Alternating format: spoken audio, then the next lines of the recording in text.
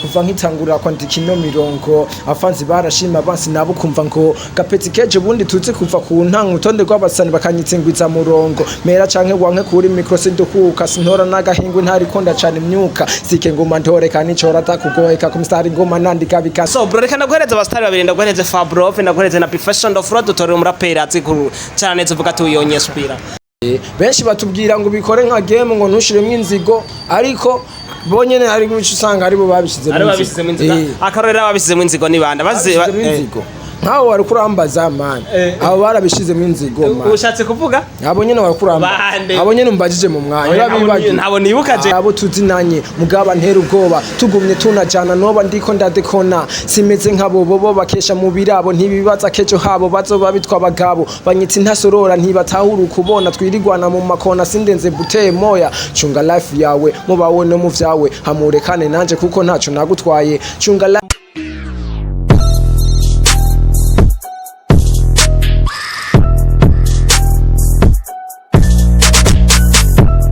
Bonjour mesdames et messieurs do Buja Favor Kormi Manoti promoter remettre des cérémonies behende kamera nzibone byo mudashobora kubona ivyo mudashobora kubona ni cameraman mfise ja Dennis Smith aravyuta super cameraman ni uno musi yaje afashe kamera kugira ngo ibintu bigende neza cyane reka rero manze mvuge nti nizere ko mumeze neza cyane ariko badukurikirana nta nshuti nkawe umaze kugira subscribe kuri channel yacu ya YouTube nawe utarabikora turaza kunezerwa uno musi ni wabikora no musi ndazi mwari mu nkumbe ari mazi imisi ngwaye murabizi ariko no musi ndi ambone sante kandi tubishimira uwiteka kibirengeye no musi rero mfise umunezero mwinshi ndibaza muri ko muraba naho nakoreye ntihasanga ugati Manoti vyagenze bite no musi ndi kumwe n'umustar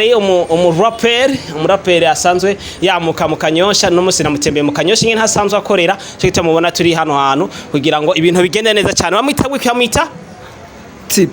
T-Play yes sir umeze neza nda fresh reka renda kwakire nk'umuraperi sinkavenda kwakira nk'inkumi cyenda kwakire nk'umuntu adandaza indagara reka ndakwakire nk'umuraperi twagiye koroka twagiye kubatanzi T-Play niko kazina iyo ndi kwitere hip hop je niyo nkina abapinga baravimva katave gufyina kuri star twe tuzana yamirimwe n'amavina kuva nkitangurira kwandika ino mirongo afanzi barashima bansi nabo kumva ngo gapeti keje bundi tuzi kuva ku ntango utonde rw'abasani bakanyitsingwiza murongo mera canke wanke kuri micro sindukuka sintora nagahingwe ntari konda cane imyuka sike ngoma ntore kandi cora atakugoheka ku mstari ngoma nandika bikasa bagushinitsa kize ngoma ngoya atakuja atago bro urancanye ndage cyane nagucane abere nagucane re twagiye uno musi re ntituvana tugoba dukubite battle nawe najewe oranshobora wewe aba promoter muraririmbaga ma kumengora guguma jewe nta kuguguma ducane rero ducane nagutangura so twagiye naninde ugomba kitangoye kuza ntaracha jewe gamani cyane wewe ahubwo ni ushikiri oya wanyemeje no habasanga ndikubise hasa muga ndazi oya sinagutinya wowe nawe ndaguhaye mikro bazi bibazo ndazi kuwocugwa hasi kazema jewe reka mbere sinigira umujournaliste muri no mwanya bro reka rero tushime cyane kwanza kubutwemeye kuduha kamakanye amamani nk'ikibazo ca mbere ni T-Play nizere ko ni ryambere uciye kuri kamera za Manoti TV sivyo ndashaka rero wideclive nk'umuntu akoje T-Play n'umuntu ki wacha wideclive kutugira abantu ko badukurikirana bamenye T-Play ninde T-Play ni munyagihugu Murundi jana kwijana umuraperi w'umurundi abasanzwe ba mu Kanyosha akora naka kazi nyene mubona ndimwo ngaha nyene muri salle ndibaza murabibona ego muri make nuko ego ufise T-Play kuvutanguye umuziki gushika kuri kana kanya ufise indirimbo zinga sinozi yarurango ndazimare kuko nyinshi n'amafeaturing ziwanje ni zitatu zonyene ndumwe zitatu ya mbere yitwa Play Game ya kabiri yitwa Fireman ya gatatu uwa mbere gospel sawa rero cyane fise urusako kuri uwa mbere fise urusako kuri uwa mbere ndazi ni gospel sivyo kuri ki warimvye gospel kandi ni nayo herukira ko gusohora umuziki warahevye vyagenze gute nimba warahevye akanoti karabuze hiti yaranze bimeze bite oya muziki sinahevye muziki ndacarondera nyene ukuntu no winjiramo neza kubera urabibona nk'umuziki ukiri hasi kugira uduge ushike ku aho ukuriha icyo ushaka cyose ukuramwe si ibintu vyoroshe rero ubundi ngaha no muri aka kazi kugira nzondi kwipange neza ku buryo fise no kuvuga ati ndarondeye undi musani kanaka fise izina kundusha ndamurondere bitangoye kuko taburyo ni noma ataburyo ni ngorane. Okay, sinzi ko no hava mvuga ngo urumandakaro no je sino kwita umandakaro kandi kwita upcoming sivyo, ariko rero tuvuze muri runo rwego rwa upcoming murakunda kwidogera cyane cyane abastari bari hejuru, ikenshi ngo murabarondera ngo bakabagara ko murabarondera ugasanga ibintu ntibigenda neza, nawe biragushikira mu ntuze mu je nibirashikira, ariko ndavyumva babivuga abagenzi banje baba barabahize bakabibakorera ko baragaye ko babasavye amahera menshi, ariko je ntibiramba ko kuko sindabigira, sindaja muri iyo plan yo kubahirondera. Ego kugira rero nawe harugwa muri urwo rwego rw'abastari baronderwa bakanka habuze iki? Je habuze bya bikorwa nyene, kandi umuntu iyo ari bisigura nta bikorwa ugira. Ibikorwa ndabifise, none kuvuze ngo habuze bya bikorwa. Ibikorwa nyene mfise, ibikorwa hari ufise nk'ama audio gusa gamani uvuga ngo uri kurakora ta promotion ufise uvuga ngo ufise ibikorwa, ni hahandi uvuga ngo uriryohe no ufite kandi nko kwiryohera, kubera ubu ufise n'abafanzi babiri bagoma bavuga ati peti yangu ati nawe tara yawe ati wapi tiraba kwera uzura no kuvuga rero ukora umuziki nko kwiryohera. Jesu kwiryohera donc ninashikira ninasanga rega benshi batangura kwiryohera nega nabandi hari batangura kwiryohera mugabo bivanye n'intambwe baba bariko barashikako bagasanga babiguyemwo bagasanga babaye business hede bazadana naze murakomeye ko ngira gukubita T-Play wanyemeje ndashaka ngira ducandire nyene aho mako nanje nari ntanguye kuza twagiye nongerega man ducanira yindi ndirimbo kandi nyene ndiko nakora n'umuraperi uko bisaba ko mukangura abantu yo bavuga iyo ubanye kenshi nasuneba ko buca kabiri hama nawe ukamigana, hari abo tuzinanye mugaba ntera ubwoba tugumye tunajana noba ndiko ndadekona simeze nk'abo bobo bakesha mu birabo ntibibaza kejo habo bazoba bitwa abagabo banyitse ntasorora ntibatahura ukubona twirigwana mu makona sindenze buteye moya chunga life yawe mubawe no mu vyawe hamurekane nanje kuko ntaco nagutwaye chunga life yawe mubawe no mu vyawe hama nawe unyemeze vyitwe kwikura akagaye nta muniga batazi ku ekonomiza kumera ukumeze nanje nivyo ndabifuriza nkubwira ivyino verse ava yuko ndayiranga ni challenge from Kajeta komeza kuyumviriza. Yes sir, challenge from Kajeta Karifuru de Jene Tarantiwe niyo kwa Fabro with the kitchen board warigeze guca yo na jewe baje n'abaji banje bajya sukuvuga ngo ni yanaka bagije ivyo sindabiharura kuko nayigiye mwihari isanzwe ihari sije nayizanye ariko baje n'abaji banje yo turi kumwe ndagumana esprit yo kugumana nani nubwo ntaba ndiko ndakora kubwanje inbox ariko mvuze ati ari umunsi umunaka bare ma repetition ngiyeyo biramfasha kubera mba ndi kumwe n'abandi nyene numva ndi fier mu muziki. Urakora guca muri rya ntuze muri rya shuri rya Fabro ariko smerutse yashigiye kinini ntaja so bro reka ndaguhereza abastari babiri ndaguhereza Fabro ndaguhereza na Professional of Road tutorera umuraperi azikuru cyane neza uvuga ati uyonye spira wapi man bose barabizi ntusanga bizi ku ruhande gukuravye ibi undi ugasanga ngazi rega man nta muririmbyi uzovuga ngo ni wa mbere ari uwa mbere asumba abandi bose oya ndashobora kuvuga ati je hagati ndavye Fabro nkarana Professional of Road nakarashobora kunyespira ingene nandika mvuga ati naka kweri no murabira ko atarandika fresh mbashatse nko kugirane umwe wese afise ivyo arusha urundi kandi ivyo vyo kuvuga ngo arusha urundi kweki muvuga ati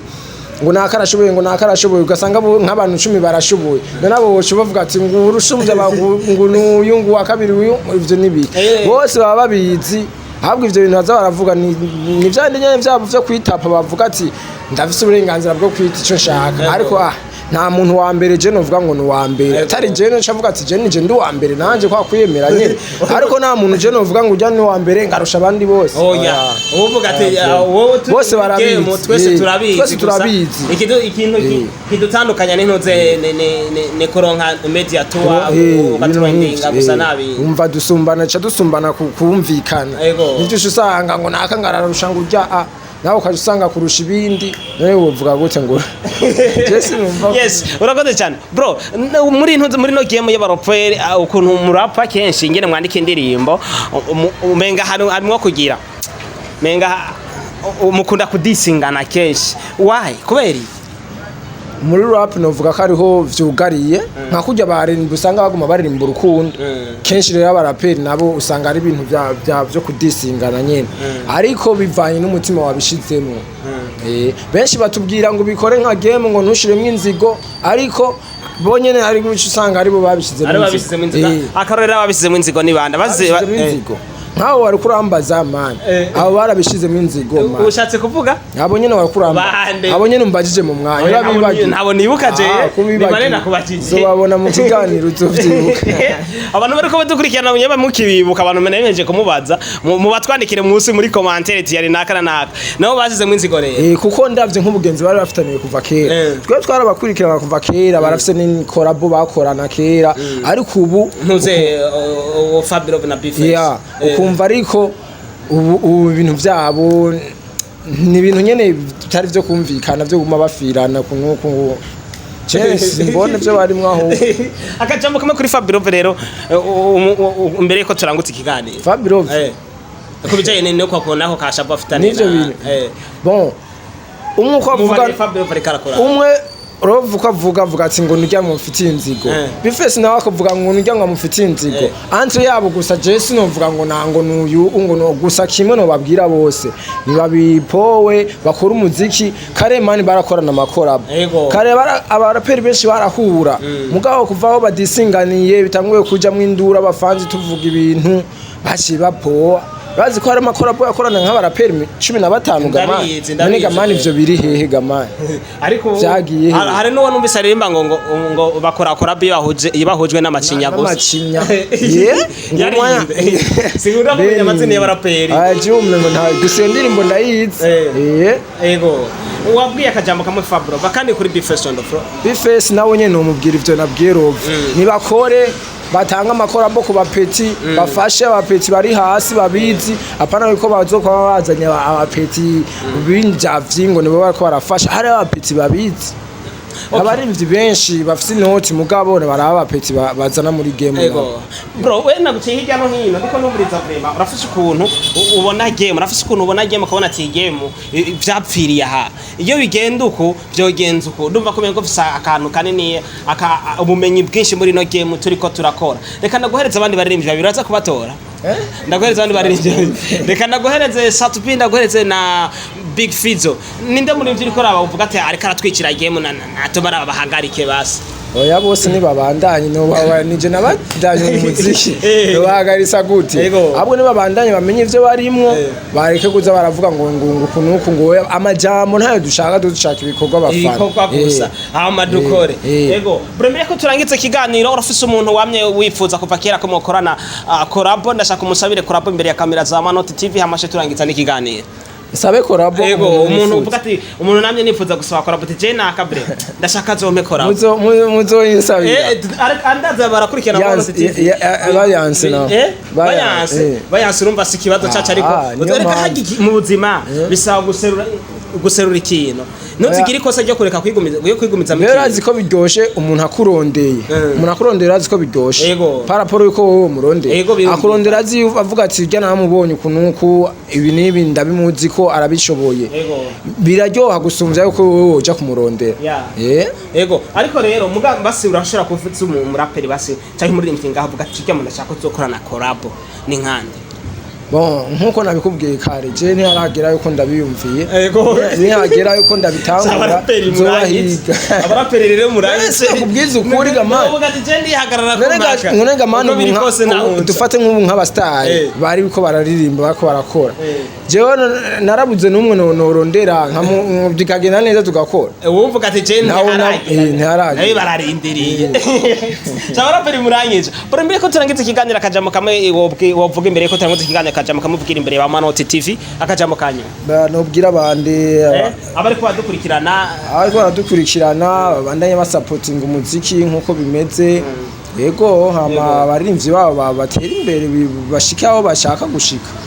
reka je ndakuvugira akajambo no muti Petit Pride ndamureze YouTube yiwe yarapfuye